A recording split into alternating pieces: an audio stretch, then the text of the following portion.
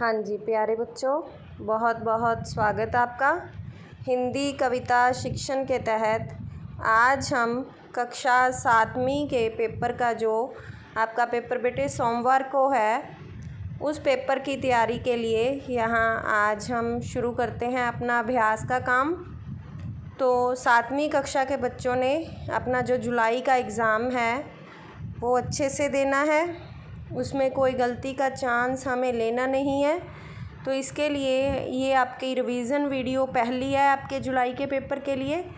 तो सबसे पहले हमारे पास पाठ है भारत के कोने कोने से। इसमें क्वेश्चंस दिए हुए हैं, ऐसे ही ऑप्शंस बन के आपको पेपर में आने हैं सभी क्वेश्चंस। उम्मीद है आपको स्क्रीन भी अच्छे से दिख रही होगी बेटा, और बड़ी कर लेते हैं थोड़ी। तो पेपर में आपको ऐसे ही क्वेश्चन आएंगे, हर एक क्वेश्चन की 4 ऑप्शन होंगी। तो आपने उनको पढ़ना है ध्यान से, फिर उसको अटैम्प्ट करना है। ठीक है बच्चे, गलती नहीं करनी, ध्यान से सारी मेरी वीडियो को सुनना है। आज सुनने के बाद कल फिर से सुन लेना, ताकि आपके पेपर के समय तक तैयारी अच्छी से हो जाए। तो हमारे पास पहला क्वेश्चन है, पहला हमारा प्रश्न है, बच्चे किस देश के कोने कोने से आए थे। यह हमसे पूछा गया है किस देश के। बेटे कविता के नाम से ही क्लियर हो जाता है कहाँ से आए हैं बच्चे, भारत के। बच्चे भारत के कोने कोने से आए थे। बच्चे किसका संदेशा लाए थे। दूसरा हमारा प्रश्न, बच्चे किसका संदेशा लाए थे। पहली हमारे पास ऑप्शन हमने सारी पढ़नी है, उमंगों का, आशाओं का, नई उमंगों एवं आशाओं का और प्यार का। देखने में सारी ऑप्शन सही लग रही हैं, लेकिन क्या लाए थे बच्चे, नई उमंगों एवं आशाओं का संदेशा लेकर आए थे। बच्चे किसकी गहराई लेकर आए। किसकी गहराई लेकर आए थे बच्चे, सागर की, नदी की, जमुना की, गंगा की। तो सागर सी गहराई लेकर आए। बच्चे कैसी गहराई लेकर आए थे, सागर सी गहराई लेकर आए थे। बच्चे पूर्व दिशा से किरण की क्या लेकर आए। किरण पूर्व दिशा से क्या निकलता है बेटे, सूर्य निकलता है। और सूर्य जब निकलता है तो वो कौन रंग का होता है, अरुण रंग का। अरुण मतलब लाल रंग का, लाल ऑरेंज सा कलर हम देखते हैं ना। तो बच्चे पूर्व दिशा से किरण की क्या लेकर आए, अरुणाई लेकर आए। बच्चे किसके संगम का निर्मल पानी लाए। किसके संगम का निर्मल पानी लाए, गंगा जमुना के, पहली ऑप्शन। दूसरी गंगा सरस्वती के, तीसरी गंगा यमुना सरस्वती के, और चौथी सरस्वती के। कौन से संगम का निर्मल पानी लेकर आए थे, गंगा यमुना के संगम का निर्मल पानी लेकर आए। आगे हमारे पास छठा प्रश्न है, गीत गाने वाले बच्चे कहाँ से आए थे, आए हैं। कहाँ से आए हैं, हमारी कविता का नाम क्लियर हो रहा है उसी से, भारत के कोने कोने से। कहाँ से आए हैं बच्चे, भारत के कोने कोने से। कविता में गिरी शब्द का क्या अर्थ है। गिरी किसको कहा जाता है बेटे, पर्वत को, मूंगफली की गिरी, चोटी या सागर। पर्वत को कहा जाता है बेटे, ये गिरी सी ऊंचाई लेकर आए तो पर्वत होता है। कविता में सागर शब्द का क्या अर्थ है। सागर का क्या अर्थ है, झील, समुंदर, नदी या फिर पहाड़। सागर क्या होता है, समुंदर। समुंदर सी गहराई लेकर आए, क्या लेकर आए, समुंदर सी गहराई लेकर आए। चलो अगले पेज पर चलते हैं, हम अगला पेज शुरू करते हैं।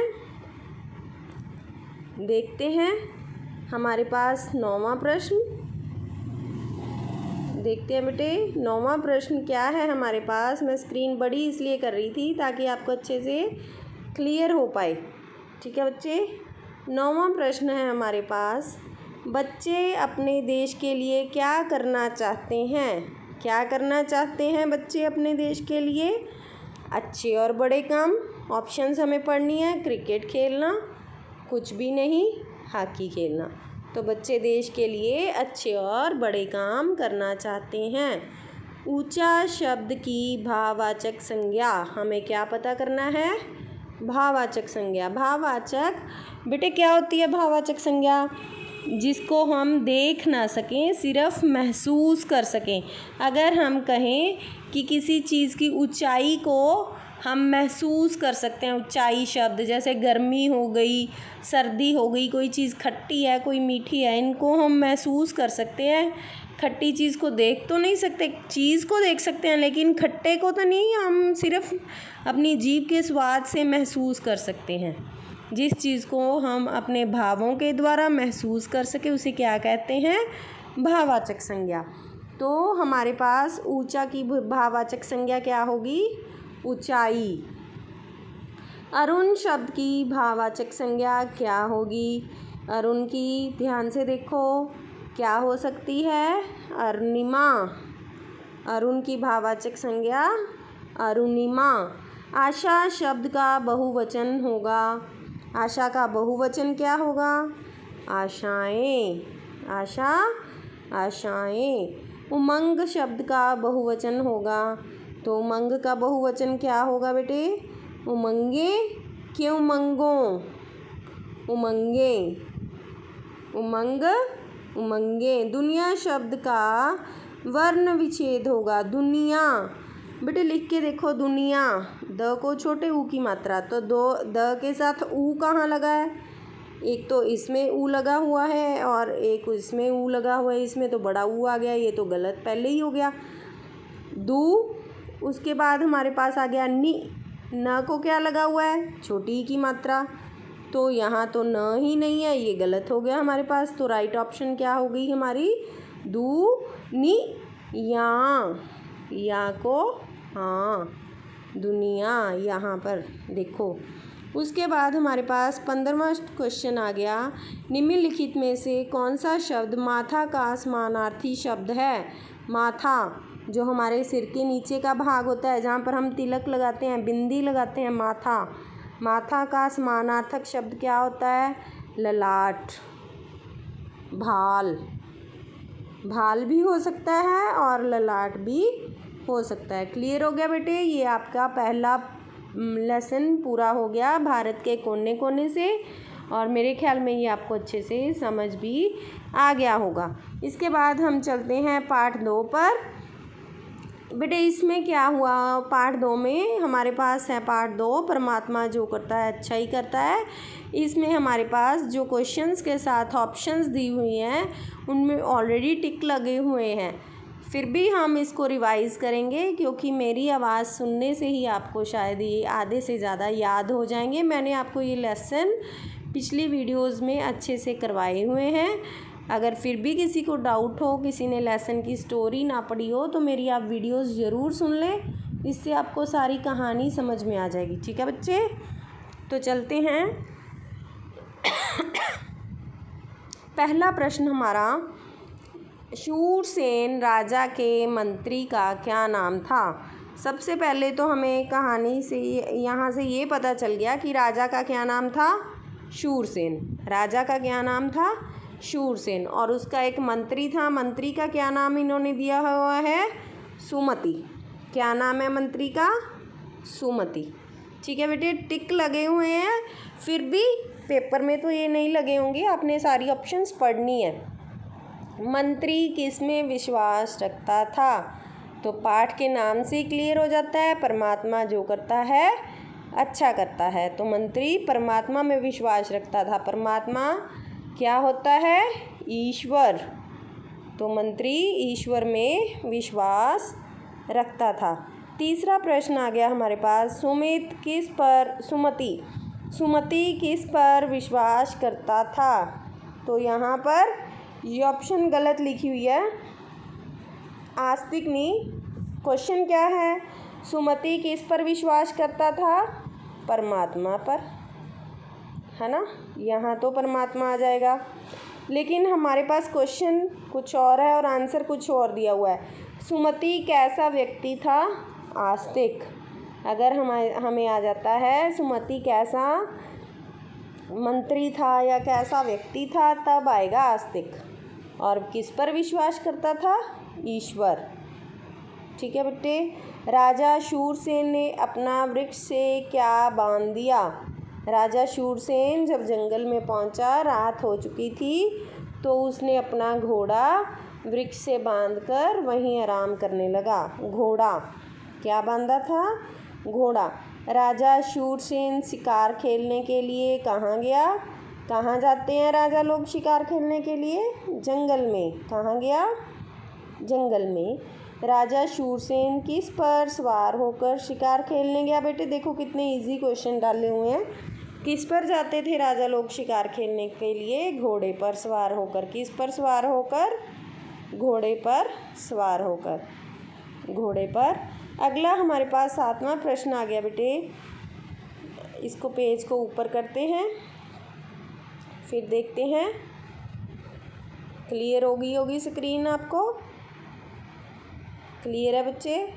7वां प्रश्न हमारे पास आ गया बेटा। मंत्री सुमति को किस बात पर विश्वास था? सुमति को किस बात पर विश्वास था? परमात्मा जो करता है अच्छा ही करता है, इस बात पर विश्वास था। सैनिक राजा शूरसेन को क्यों पकड़ना चाहते थे? किसी दूसरे राजा के सैनिक जंगल में बलि को ढूंढते हुए आए। जब उन्होंने घोड़ा बंधा हुआ देखा तो वो वहाँ पर राजा को ढूंढने लगे, क्योंकि वो उसकी बलि देना चाहते थे। तो सैनिक राजा को क्यों पकड़ना चाहते थे? बलि देने के लिए। राजा ने अपने मंत्री को कहाँ धक्का दिया? राजा शूरसेन अपने मंत्री सुमति से बहुत परेशान हो चुका था और वह उसे मौत के घाट उतारना चाहता था। इसलिए वह उसे एक दिन जंगल में ले गया शिकार खेलने के लिए और उसे कुएं में धक्का दे दिया। मौत के घाट उतारना मुहावरे का क्या अर्थ है? मौत के घाट उतारना मतलब मार देना। राजा शूरसेन ने मंत्री को मौत के घाट उतार दिया। अगला प्रश्न है 11वां हमारे पास। प्रातःकाल शब्द का सही विपरीत शब्द बताएं। प्रातःकाल क्या होता है बेटे? सायंकाल। अगर आपके पास आ जाता है साय तो सवेर, और प्रातःकाल सायंकाल।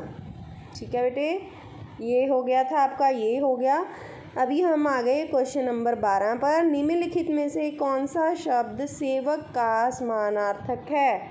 सेवक के समानार्थक क्या हो सकते हैं? यहाँ लिख लेते हैं। एक तो होता है दास, एक हो गया हमारे पास नौकर, और एक हो गया हमारे पास अनुचर।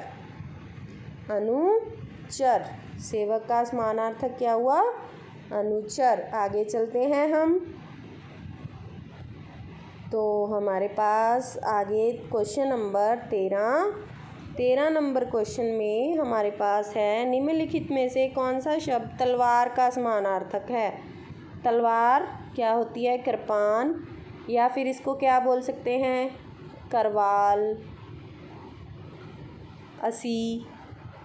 असी भी कहते हैं तलवार को। ये इसलिए बता रही हूँ, कई बार ना बेटे कोई और ऑप्शन आ जाती है। यहाँ पर तो कृपान है ऑप्शन, कई बार कोई और ऑप्शन आ जाती है, इसलिए आपको पता होना चाहिए।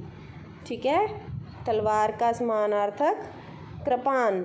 उसके बाद नए शब्द बना हुआ आ गया आपके पास, परम प्लस आत्मा। क्या है नए शब्द? परमात्मा। क्या शब्द बन गया? परमात्मा, परम आत्मा। अच्छा प्लस आई, क्या बना? अच्छाई।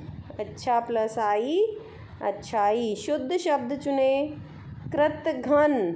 बेटे ये बहुत ध्यान देने वाला है, ऐसे शब्दों में आप गलती कर देते हैं। कृतघ्न। संकल्प पूरा करना मुहावरे का क्या अर्थ है? संकल्प पूरा करना, इच्छा पूरी करनी। संकल्प पूरा करना, इच्छा पूरी करनी। 18वां प्रश्न है हमारे पास, रोगहीन शब्द का विपरीतार्थक शब्द बताएं। रोगहीन। रोगहीन का पहले तो आपको अर्थ पता होना चाहिए। रोगहीन मतलब जिसको कोई रोग नहीं हो, जिसको कोई बीमारी नहीं हो, ठीक है। इसका उल्टा विलोम शब्द, विपरीत शब्द क्या होगा? जिसको बहुत सारी बीमारियां हो। तो इसकी ऑप्शन राइट क्या होगी? रोगग्रस्त। ग्रस्त का मतलब होता है जकड़ा हुआ। जो व्यक्ति रोगों से जकड़ा हुआ हो, जिसको रोगों ने पकड़ रखा हो, उसको बोलते हैं रोगग्रस्त। क्लियर हो गया बेटे? मेरे ख्याल में वीडियो आपको अच्छे से समझ में आ गए होंगे। आपके 2 पहले पार्ट पूरे हो गए। तो वीडियो को लाइक, शेयर और सब्सक्राइब ज़रूर करना है, और वीडियो को एंड तक ज़रूर देखना है, और बेल आइकन भी ज़रूर दबाना है, ताकि आगे आने वाली सारी वीडियो की नोटिफिकेशंस आपको मिलती रहे। धन्यवाद।